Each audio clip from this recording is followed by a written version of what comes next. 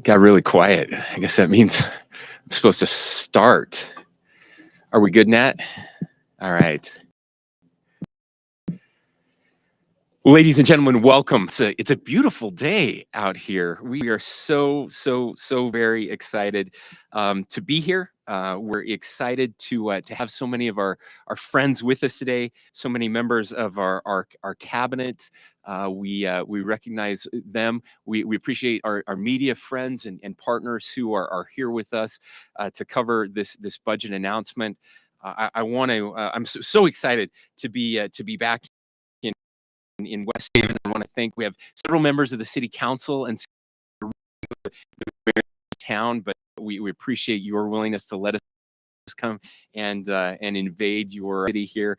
We appreciate the good folks at Nielsen Homes who are here with us today, and Jed and his dad and everybody else. We admire the work that you're doing and this beautiful neighborhood that you built here.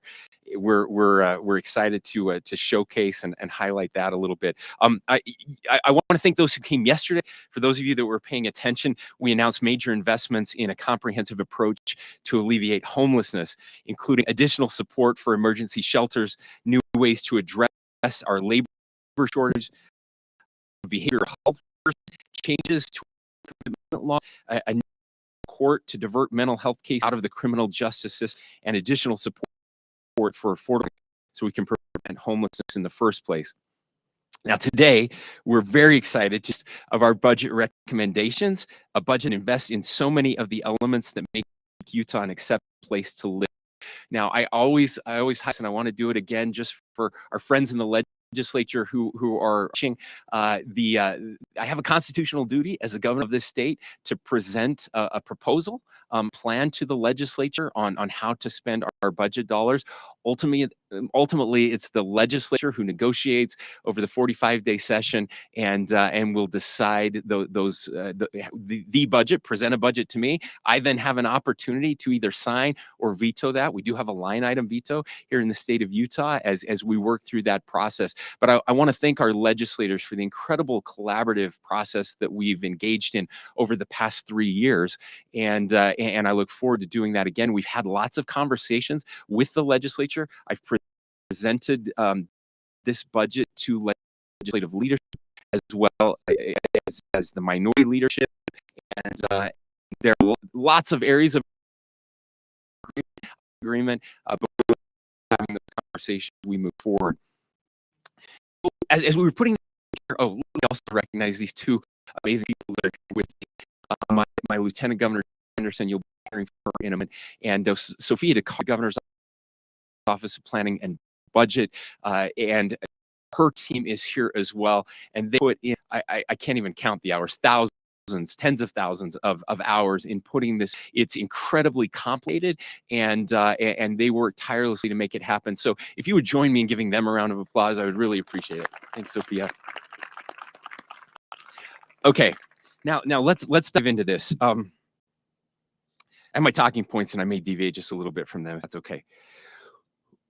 As we were looking at this next year and this budget proposal, we're kind of looking for a theme. What do we want to talk about? What do we want to focus on? And this concept of Utah home came to us very powerfully. Home is an interesting word. It has different connotations, and it means different things to different people. Home is about shelter for sure. It's about houses, right? Houses are homes, but it's about more than that. Home is a word that is a feeling. Hopefully for most of us, it's a good feeling, a warm feeling. It's a place where we're accepted, where we're loved, a place where we care of each other, and Utah is home. And I hope it feels like home, whether you've been here for 6 or 7 generations, or you just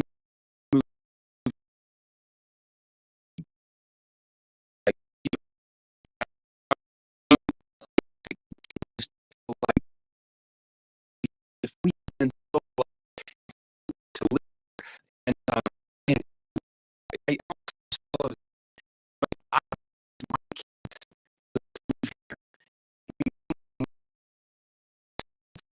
anything else. They want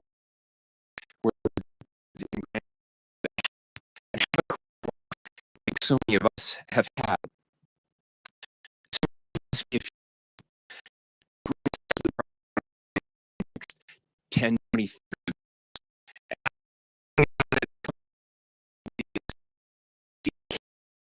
the single greatest prosperity it's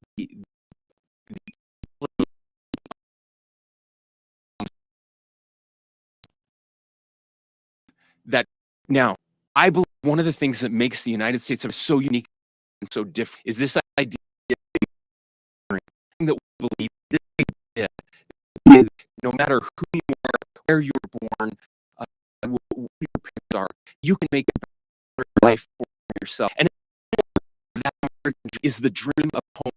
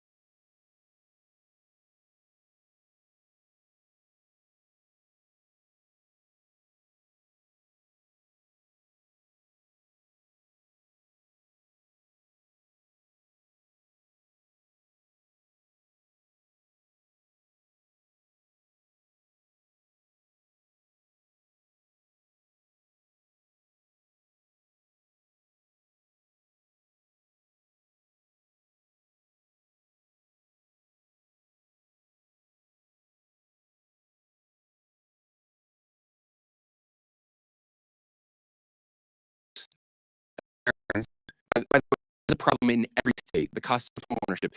Every governor in the country is worried about this right now. I know because I talked to all of them. I need you to imagine a world where an generation of people never the opportunity to own a home. Does this state look like 50 years from now when a generation of Utahns never get that opportunity? Think about wealth creation. Think about retirement. I don't know about you, but I'm pretty sure that Social Security is not going to be around in 50 years at the rate we're going right now. What does that look like? And social capital piece, caring about your giving back to your community. I believe this is a threat, not just to the American dream, to our way of life as a state country. Now, right after World War II, subdivisions of starter homes popped up in communities around the state. I actually went back to one of those communities, a community where in Layton, where my wife's mom was born and raised. Her grandma lived there most of her life towards the very end. We used to go visit her all of the time, and there were just old people in all of these homes, right?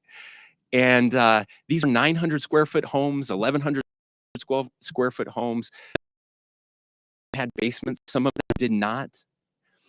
I drove back, her grandmother passed away a decade ago. I drove back through that neighborhood and it had transformed. The neighborhood was full. There were kids everywhere. Starter homes. We stopped building starter homes for the past 15 years in this state and really across the country. We've stopped building homes. Again, the data is clear. It provides stability. Home ownership is critical to building wealth and upward mobility. Home ownership encourages people to start a family. Home ownership builds community. I was talking to a friend the other day about their parents who have lived in the same home for 40 plus years. They could afford to move somewhere else into a bigger home. They don't really like their house that much, and they will never move. They will never move because that's their community. They love that place. They invest too much in that place, and it's special to them. We are here even because it is one of the very few places where we could find some starter home built in the last 15 years. And I want to thank West Haven City and Nielsen Homes and for welcoming us and helping us housing stock our state so desperately needs. Unfortunately, for too many months, that dream, that American dream, that dream of home ownership is out of reach. Let me give you so just a little over a year ago, the Institute estimated that roughly 75 to 80% of households cannot afford the median price home. 80% of Utahns right now could not.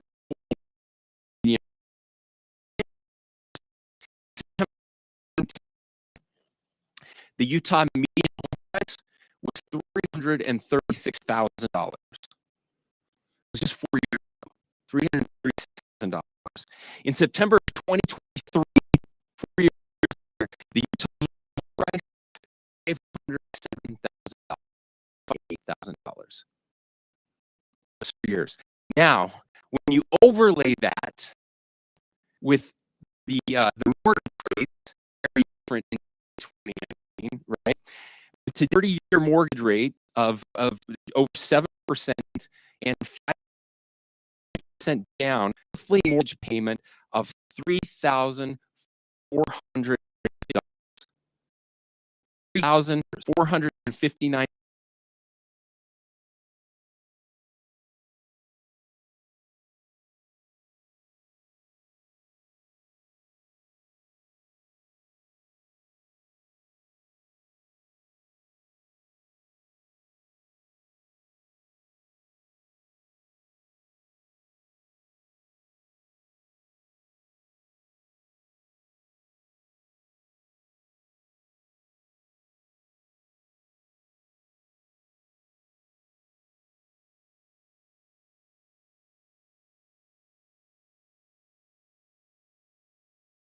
So what are we going to do about it? We're just going to wring our hands and lament like every other state in the nation. No one has figured this out yet.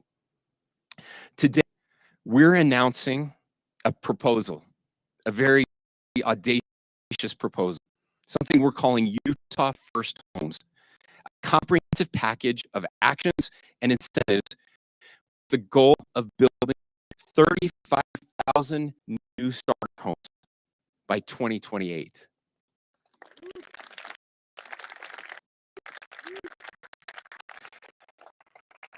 A centerpiece of our fiscal year 2025, we're proposing $150 million investment in this program, includes several key components. First, I'm excited to announce the creation of a new innovation advisor who will be joined by senior leadership team. Is somebody you know. I will say, as we've been working on this, we brought the League of Cities and Towns together. We brought the home builders together. We've been having conversations about how we can achieve this goal. And I knew from the very beginning that I needed somebody to help us with this program, somebody who could be part of our senior team, who could work with the legislature, who cities, city council members, mayors, could work with home builders, who understands all of this. I asked the home builders and I asked the League of Towns to give me names, to give me ideas. There was only one name that came up on both of those lists. He doesn't live far from here. Steve Waldrop. Steve, would you stand up and wave your hands to everybody? There was any way we would be able to convince Steve. It took less than 24 hours. Steve, we so appreciate him. He served as a legislature, and during his time in the legislature and since his departure, he has been a champion for housing. He has a clear understanding of the challenges and opportunities and all the dynamics of this very complex issue. His role will be to facilitate statewide strategic housing plan, to guide policy to ensure every Utahn can continue to call Utah home. I look forward to Steve's wise counsel, and I can't wait for him to get started. The team, Steve.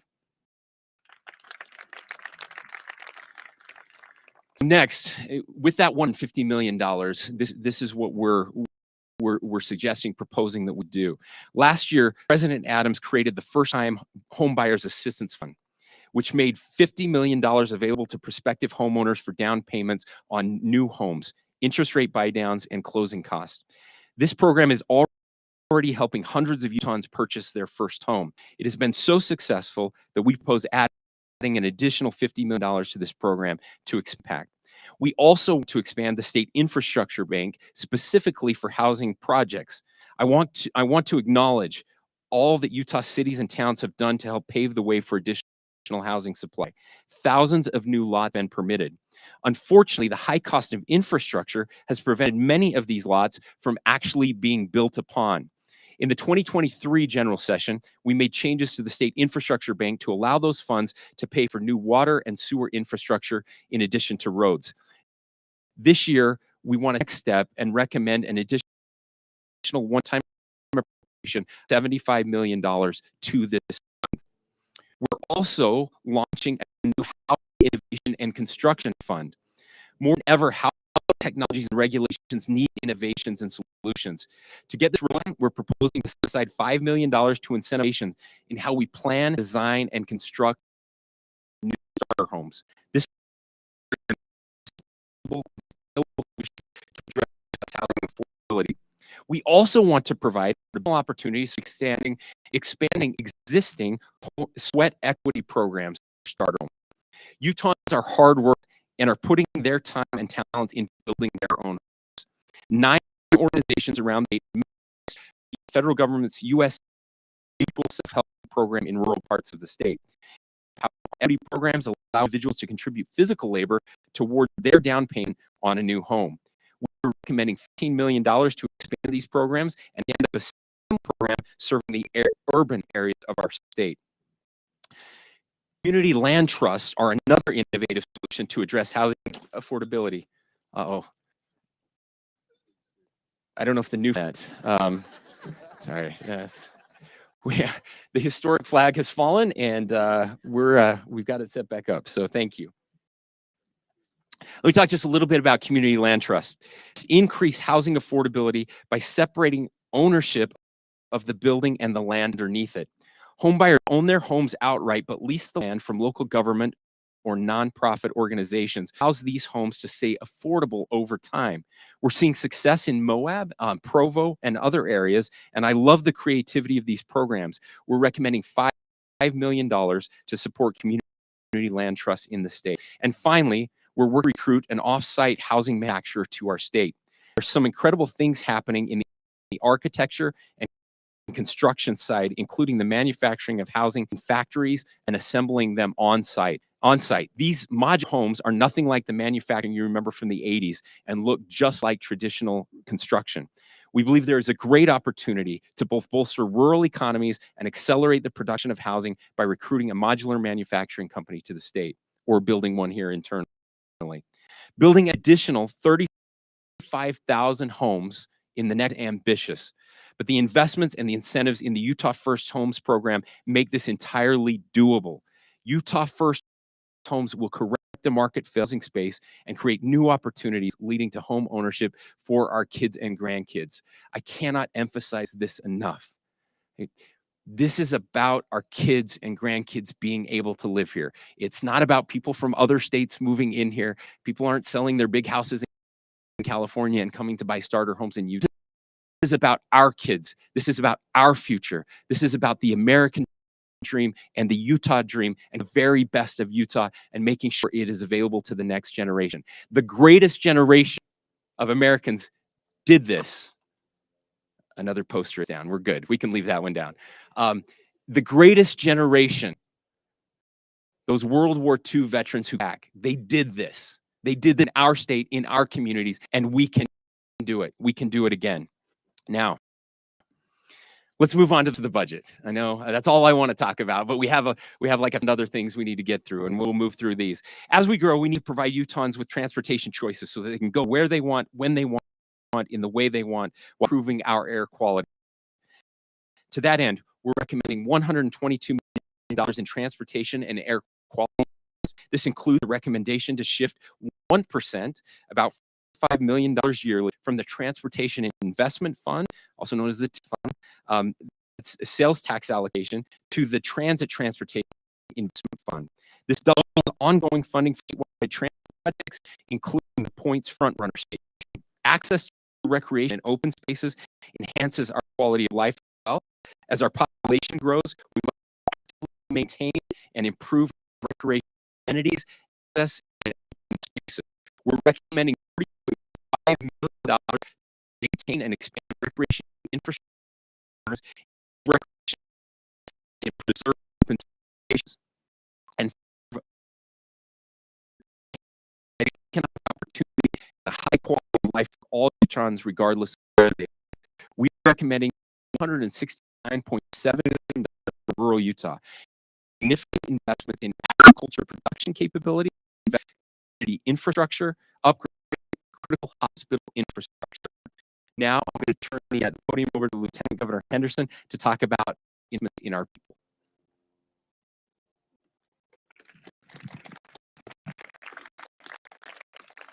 Thank you, Governor Cox. Utah is a better place because of your vision and your leadership. Thank you for what you do. Our people, such an incredibly important part of keeping Utah home, and there's a lot of investment that we are putting into our people. First and foremost, education of young people. It always tops the list of priorities for Utah. It's certainly one of the key priorities in our administration as well. Investments in our public education system benefit not only our children and our families, but the entire economy. In recommending $854.6 million in new appropriations for public education, 13.9 of which are is new revenue. In order to better support rural students, strengthen teaching profession, foster innovation, keep schools, lay the foundation for future investment. This includes $12 million student teacher stipends, $34 million for schools, $111 million for teachers, and a 5% increase in the weighted pupil unit. Also recommending $200 million for an innovation fund to expand effective and innovative education programs at the local level. And we're recommending $200 million to hire school security specialists who will assist local schools in implementing new safety standards. We're so grateful to our teachers, our local districts, for their good work in teaching the next generation of Utahns and our future leaders. In Utah, learn doesn't stop at high school graduation. As a lifelong learner myself and someone who graduated from college last year, I'm grateful for the classroom certification returnship opportunities open to non-traditional students, adults in the workforce. Utah ranks 6th in the nation for our higher education. So our investments in our technical colleges, community colleges, are paying off. To better meet industry needs and to ensure access to meaningful employees, we're targeting an additional $7 million to expand offerings for certifications, degree programs that would build a pipeline to jobs in the life sciences. As Governor Cox mentioned yesterday, we're also recommending $2.9 million in ongoing funds to add hundreds of new openings in mental and behavioral health degree programs. This effort will help address a labor shortage that is currently a major challenge in our ability to deliver services to our homeless population.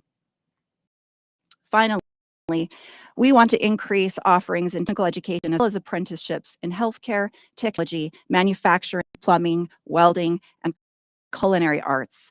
These are growth and lead to stable, good-paying jobs. And lastly, I want to talk a little bit more about our vulnerable populations. Taking care of them is something that is incredibly important to our administration and to our state. We will continue to prioritize preventing abuse and victims of domestic violence, a priority for our administration and one that's very meaningful to me personally. We're also funding $9.2 million for victim services, including staffing for service providers, ensuring resources for victims, and expanding prevention education. And I'm going to turn the mic back over to Governor Cox.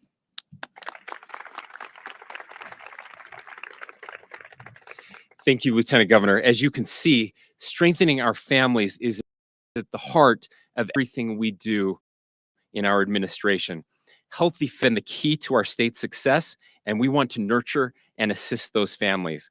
We're recommending $68.8 million in investments to support childcare and affordable and accessible health care, provide safety nets for vulnerable youth, and support new parents. This includes $5 million for a child care public-private partnership and $4.7 million to expand the existing child credit to cover children through age 5. Also committed to continuing to protect our kids from the social media and funding the ongoing legal efforts.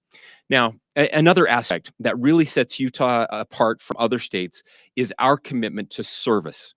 Every year, Utah leads the nation in service and giving. And this is a cultural value absolutely need to support and be intentional about to the next generation. To help instill a service mindset in our young people, we're proposing a new service pilot program in several of Utah's high schools. This $3 million one-time pilot program involves setting actions for service hours, facilitating service opportunities for students.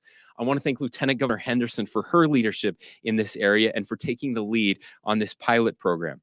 We're also recommending $3.3 million for UServe Utah to establish a National Year of Service Fellowship program and provide stipends for young adults who complete approved service projects.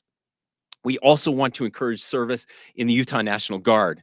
So we're recommending $1.7 million for tuition assistance and $6 million for re-enlistment bonuses.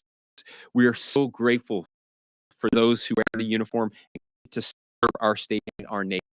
Utahns give back in so many ways, and these measures will help reinforce the cultural value.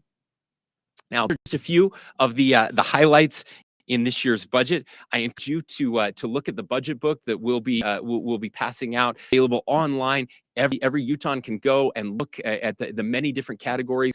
Please feel free to read the book. I know you would love to do that. There's some great work that has gone in there that explains where the revenues come from, help to understand some of the nuances of government, where we can spend money, where we can't, which buckets of money go where, how all of that works. You can look at the over $1 billion in tax decreases that we've implemented over the past 3 years that we're very proud of. We think this is a very balanced, a very conservative, a very responsible budget, and we're grateful for everyone who has helped gather. Together, we've moved the needle on some very significant issues over the past few years. Protecting and conserving water, elevating the teaching profession, and allowing Utahns to keep more of their hard-earned money. This year, we are seeing our economy normalize to pre-pandemic levels, so new revenue is lower than in past years. But I want to reassure Utahns that what we are putting forward is in the best interest of our Utahns. We know there will be robust debate about which ideas will work and other ideas that will come forward. We look forward to having that debate and again finding the best path forward for Utahns. With that, I'm happy to answer any questions that you might have. Please. No tax cut proposed in this budget.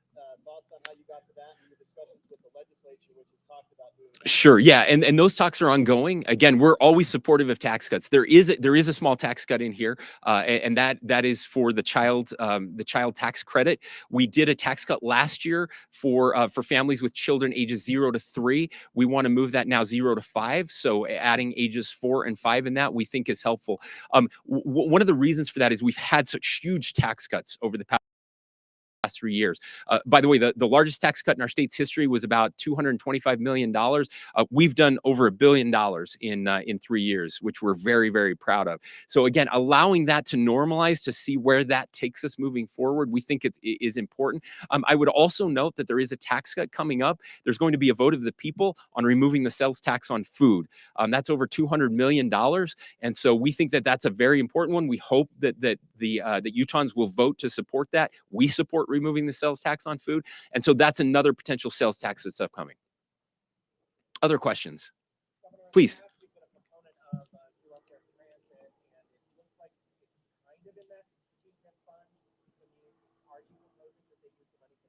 So we're still very interested in lowering transit costs for Utahns and increasing ridership. We think that that's very important for the future of our state, Ben. Obviously, that was an idea that was not supported by the legislature last year. We've done some things working directly with cities where we've had a month where we did zero fare for that month. We would support that as well. We're just looking for the best ideas in how to help people get around. We know that roads get more crowded, and we want to help people learn how to use transit to see where it can benefit them. But we know we need to make transit more useful as well. And so there are different ways to get people interested in riding transit. One is to make it less expensive. One is to make it more convenient. Right. And we're hoping that this $45 million ongoing and other opportunities. By the way, the Olympics are coming back in 10 years. We're very excited about that. The last time the Olympics came, the legislature and the governor sat down working with local authorities as well to decide what major upgrades they wanted to make. One of those major upgrades was mass transit. Tracks, right? So we in mass transit then. I would like to do that again. I would like to sit down. We've had some initial conversations with the legislature, with local authorities, with UTA and others, and say, what do we want Utah to look like in 10 years? Is there an opportunity to expand tracks over the point of the mountain and into Lehigh?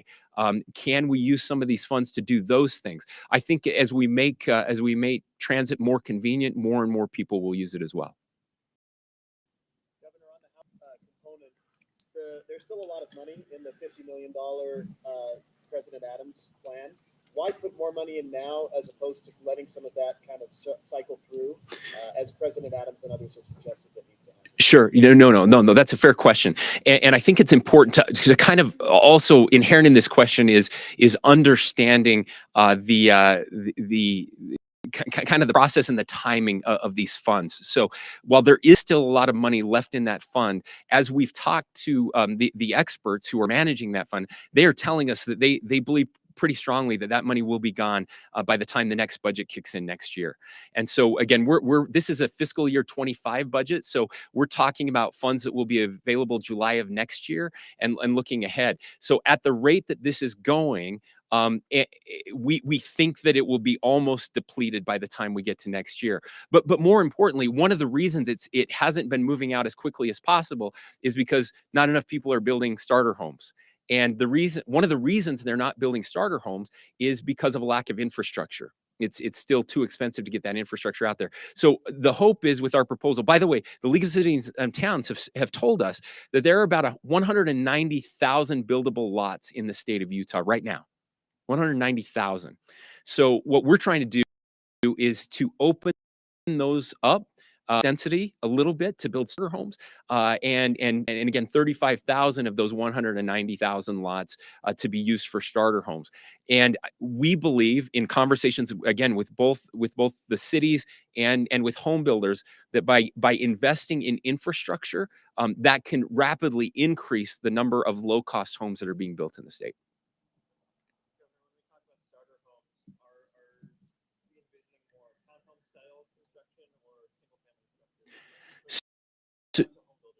So ultimately, the market will decide much of that. There will have to be more townhomes and more condos, which is great because again, home ownership, that's an entree into wealth creation, an entree into again actual ownership and stability, and so those are important. I will tell you that I'm very focused on single family detached owner occupied housing. I think that that's really important.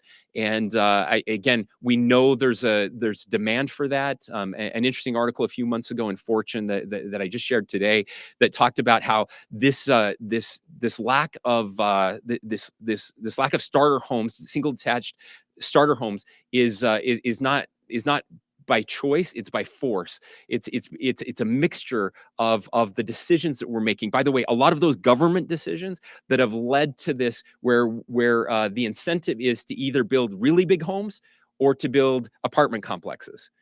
even though there's a huge demand for starter homes. And so we think if we get the government regulation piece of this right, we'll start to see many more single family detached starter homes.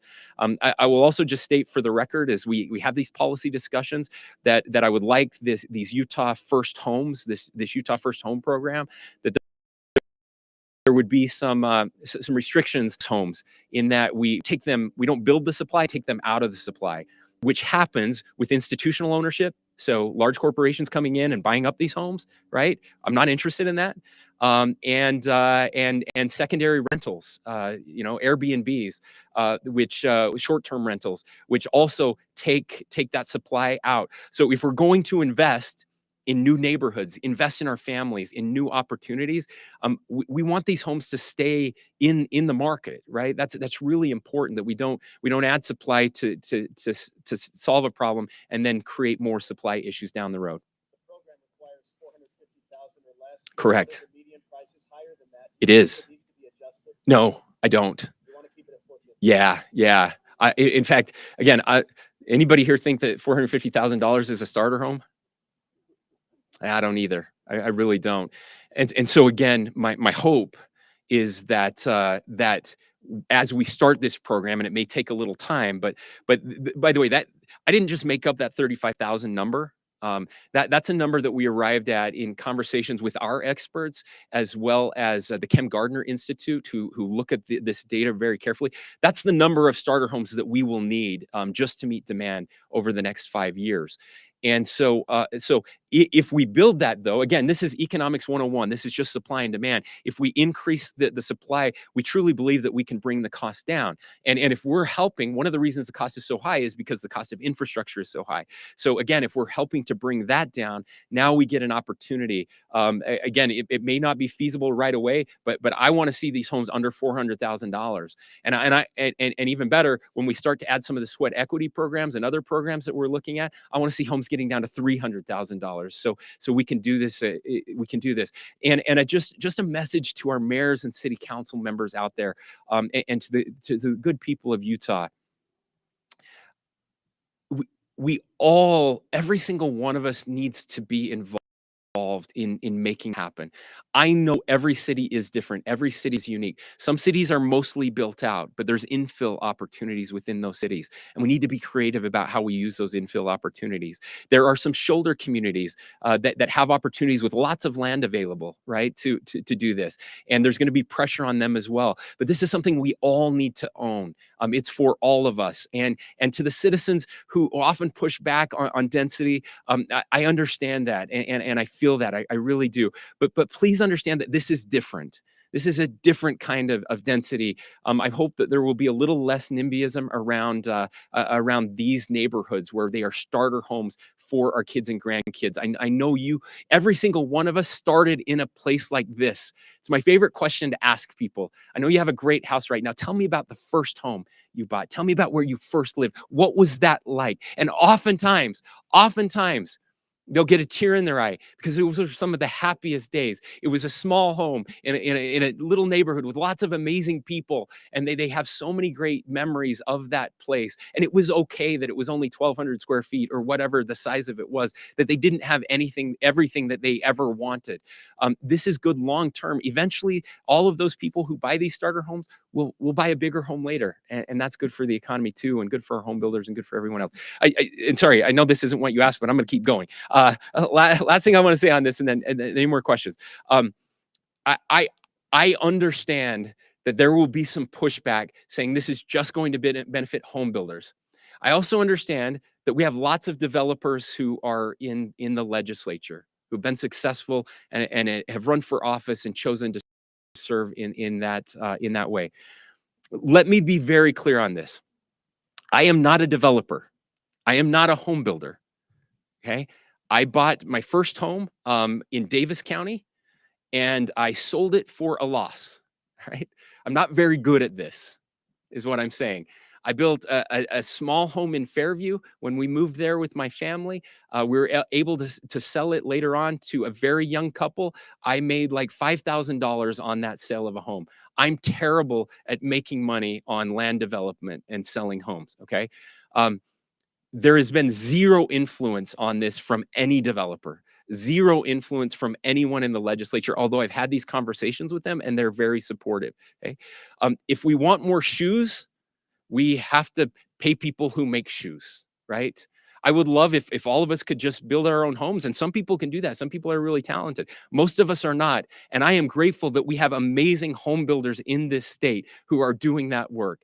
And I hope they're wildly successful because they sell 35,000 starter homes for under $400,000, right? That's what I would love. But I will also tell you, right, that they make more money building bigger homes, and they make more money building apartment complexes than they make building starter homes. So I'm asking them to sacrifice as well. This is the Utah way. We come together, we all put aside what could make us the most money or be the most beneficial for us, and we try to do the right thing for the right people. Now, they have to make money to stay in business, and that's a good thing. We should want that. That's good for our economy and it's good for our people. So God bless the home builders in this state who are willing to do this work. I hope you're wildly successful, and I hope we can make this happen. Any other questions? We have a question here. I would like to see the developer community and the state work more closely with the communities, because we are trying to maintain our community by intelligent development and not just, here's what you need to do. So Yep. I would support that. Thank you. Ask you that we be included in these conversations so that we can maintain our communities. The people moved into. And that's so important. And again, I appreciate the members of the city council who are here with us from West Haven. And I also want to be very clear on that.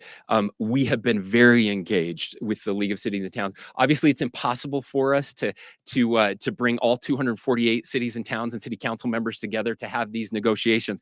But what I can tell you is that you are being very well represented in these discussions, and that this is not about forcing our way on every city, but it is about, this is really important. It absolutely is about every city participating to make this happen.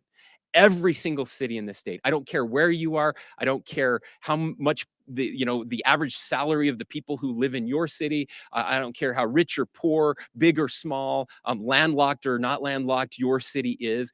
Every single city, every single mayor, every single city council member this week should go back and sit down and say, hey, we have a huge problem in our state. What can we do to be part of the solution? Where can we in our city to have some starter homes? Where can we make this happen? And how can we do it in a way, again, we don't want to be prescriptive on this. How can we do it in a way that benefits everybody? We loved these kind of mixed building communities where you have starter homes next to larger homes, next to some apartment complexes, next to mansions. That's good for our communities. So let's be very creative and thoughtful. Instead of just saying no, let's find out how we can say yes. All right. Thank you, everybody, for being here. We're so grateful. Again, go ahead. You can get online at, where do we find this? Say it again. GOPB. Go in, look at all of the numbers, drill down on anything you're interested in, and we look forward to a wonderful session. Thanks, everybody.